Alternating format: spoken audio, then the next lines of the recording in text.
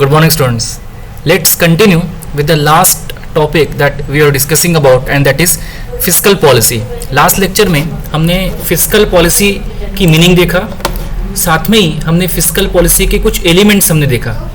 तो last lecture हमने क्या देखा? फिस्कल पॉलिसी की मीनिंग क्या है कि गवर्नमेंट कहाँ से फंड्स या कहाँ से मनी रेज करती है, कहाँ से गवर्नमेंट के पास पैसे आते हैं और गवर्नमेंट कहाँ पर किस प्रकार से वो खर्च करती है. इसकी जो पॉलिसी होती है that policy is called as fiscal policy.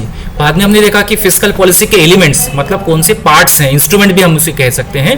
तो कितने इंस्ट्रूमेंट्स होते हैं? तो हमने देखा कि 4 एलिमेंट्स हैं फिस्कल पॉलिसी के. पब्लिक रेवेन्यू मतलब कहाँ से फंड्स आएंगे गवर्नमेंट के पास, गवर्नमेंट की जो इनकम के सोर्सेस है that is called as public revenue. Then public expenditure मतलब गवर्नमेंट लोगों पर जो खर्च करती है वेलफेयर के लिए और सिक्योरिटी के लिए, that expenditure is called as public expenditure. ये सेकंड एलिमेंट हो गया फिस्कल पॉलिसी का. थर्ड एलिमेंट है पब्लिक डेट मतलब गवर्नमेंट जो लोन लेती है लोगों से या अलग अलग इंस्टीट्यूशन से, that loan is called as public debt. और फोर्थ एक एलिमेंट हमने देखा डिफिसिट फाइनेंसिंग, जहां पर रेवेन्यू कम अगर है एक्सपेंडिचर से तो वो जो डिफिसिट है दैट डिफिसिट को फाइनेंस गवर्नमेंट कहाँ से करती है वो आ जाता है डिफिसिट फाइनेंसिंग में. तो ये 4 एलिमेंट है फिस्कल पॉलिसी के, जिसके हमने कल डिटेल लास्ट लेक्चर में डिटेल में हमने देखा. टैक्स रेवेन्यू देखा कि गवर्नमेंट के पास टैक्स के माध्यम से पैसे मिलते हैं, तो एक रेवेन्यू का एक मेन माध्यम हो गया. दूसरा नॉन टैक्स रेवेन्यू, टैक्स को छोड़कर भी गवर्नमेंट के पास कुछ रिसीट्स के माध्यम होते हैं, वो हमने देख लिया. देन हमने देखा कि पब्लिक एक्सपेंडिचर गवर्नमेंट जो लोगों पर खर्च करती है, एक्सपेंडिचर करती है, that expenditure is called as public expenditure. अभी गवर्नमेंट लोगों पर क्यों खर्च करती है? उनके वेलफेयर के लिए, उनकी सुरक्षा के लिए जो खर्च करती है, that expenditure is called as public expenditure. इतना हमारा कल लास्ट लेक्चर में हो गया था. अभी हम शुरू करेंगे थर्ड एलिमेंट फिस्कल पॉलिसी का, दैट इज पब्लिक डेट मतलब गवर्नमेंट जो लोन लेती है लोगों से, that loan is called as public debt. Public borrowing भी उसको हम कहते हैं. Is the loan taken by the government from its own people. ये वो इंडिविजुअल व्यक्ति भी हो सकते हैं, बैंक्स भी हो सकते हैं, इंस्टीट्यूशंस भी हो सकते हैं, या फॉरेन कंट्री से भी लोन ले सकती है गवर्नमेंट.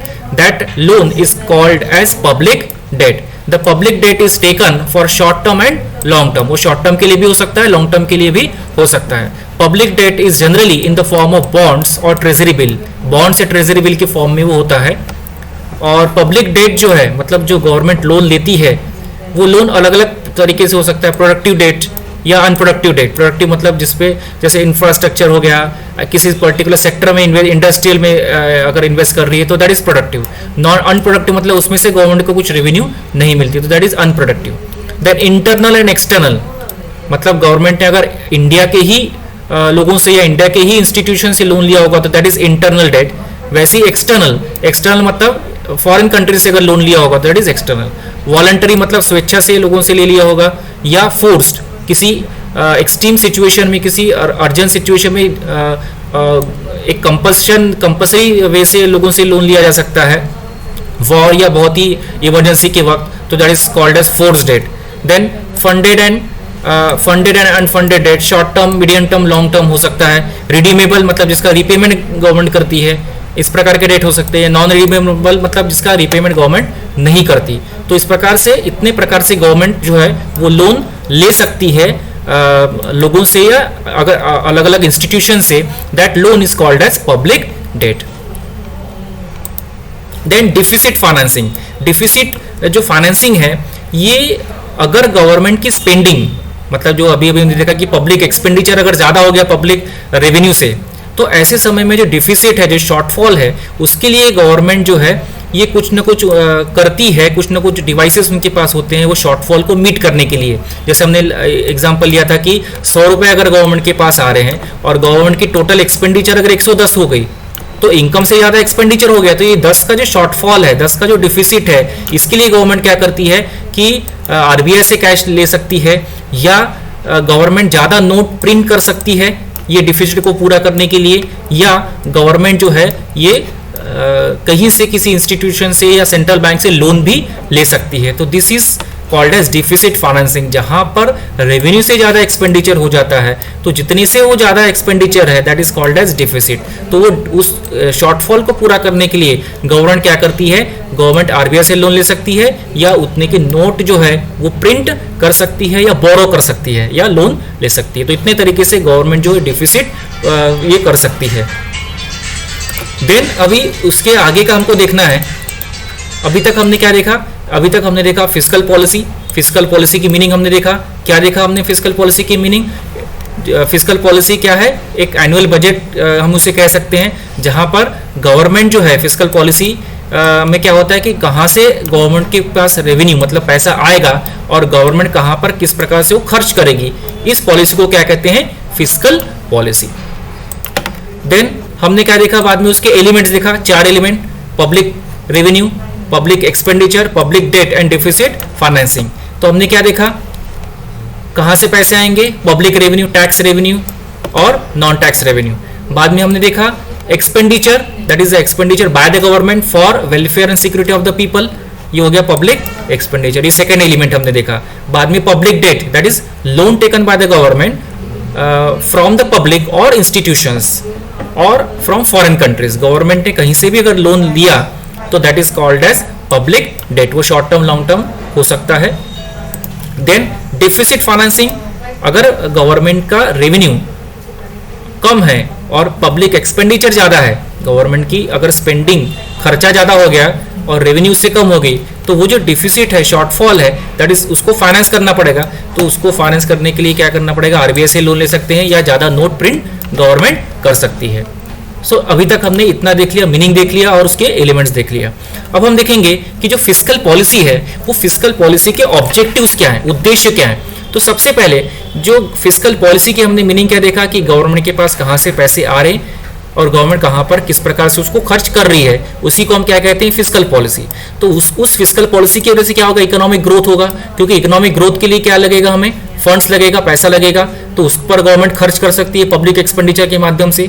रिसोर्सेस है, जो इनकम है, वो इनकम जो है वो मोबिलाइज होती है, क्योंकि जो टैक्स है एक टैक्स एलिमेंट हो गया फिस्कल पॉलिसी का। तो अगर जो रिच कम्युनिटी है वो जो आइडल रिसोर्सेस है पैसे का, वो अगर उनसे हम लेते हैं मनी का जो रिसोर्स है, वो रिसोर्स खर्च करने के लिए गवर्नमेंट के पास रेवेन्यू आ जाती है, तो मोबिलाइज हो जाएंगे रिसोर्सेस।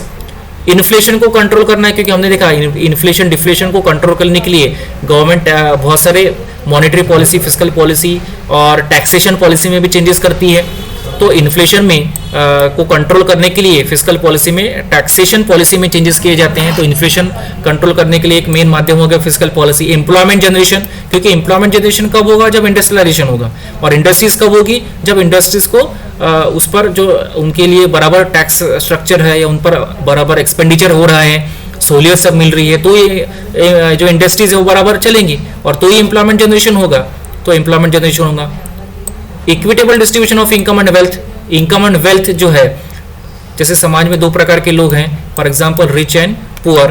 तो रिच एंड पुअर, अगर रिच व्यक्तियों से टैक्स लिया जाता है और वही पब्लिक एक्सपेंडिचर के माध्यम से पुअर व्यक्ति पे खर्च किया जाता है, तो ये जो दोनों हैं रिच और पुअर के बीच की जो खाई है, वो इनइक्वालिटी जो है उसको हम कम कर सकते हैं। अदरवाइज रिच और रिच होते जाएंगे, पुअर और पुअर होते जाएंगे। So by proper adopting proper taxation policy and public expenditure policy, जो डिस्ट्रीब्यूशन है इनकम और वेल्थ का वो प्रॉपर हो सकता है, जो यूज है फंड का वो प्रॉपर होगा, क्योंकि यहाँ पर पब्लिक एक्सपेंडिचर में उसी सेक्टर में पैसा गवर्नमेंट करेगी, खर्च करेगी जहाँ पर बेनिफिट ज़्यादा है। स्पेसिफाइड एरिया, गवर्नमेंट को अगर लग रहा है कि फॉर एग्जांपल एग्रीकल्चर में ज़्यादा खर्च करना है, तो उस पर्टिकुलर सेक्टर में गवर्नमेंट जो है पब्लिक एक्सपेंडिचर ज़्यादा स्पेंड करेगी। सुटेबल टैक्सेशन पॉलिसी, गवर्नमेंट की जो टैक्सेशन पॉलिसी है वो गवर्नमेंट अच्छे से बनाएंगे। और टैक्सेशन पॉलिसी क्या है, फिस्कल पॉलिसी का ही एक पार्ट है। तो टैक्सेशन पॉलिसी ये करते समय डायरेक्ट टैक्स कितना होना चाहिए, इनडायरेक्ट टैक्स कितना होना चाहिए, तो इस प्रकार से प्रॉपर टैक्सेशन की जो पॉलिसी है ये गवर्नमेंट क्या कर सकती है, ये इंप्लीमेंट कर सकती है। तो आज के लेक्चर में हमने फिस्कल पॉलिसी के 2 एलिमेंट्स देखे और साथ में हमने देखा कि फिस्कल पॉलिसी के ऑब्जेक्टिव्स क्या हैं। तो फिस्कल पॉलिसी के जो एलिमेंट्स हमने देखा, पब्लिक डेट हमने देखा, साथ में हमने देखा डिफिसिट फाइनेंसिंग, देन हमने देखा ऑब्जेक्टिव्स ऑफ फिस्कल पॉलिसी। तो नेक्स्ट लेक्चर में हम देखेंगे कि जो फिस्कल पॉलिसी है उसका क्या इंपॉर्टेंस है।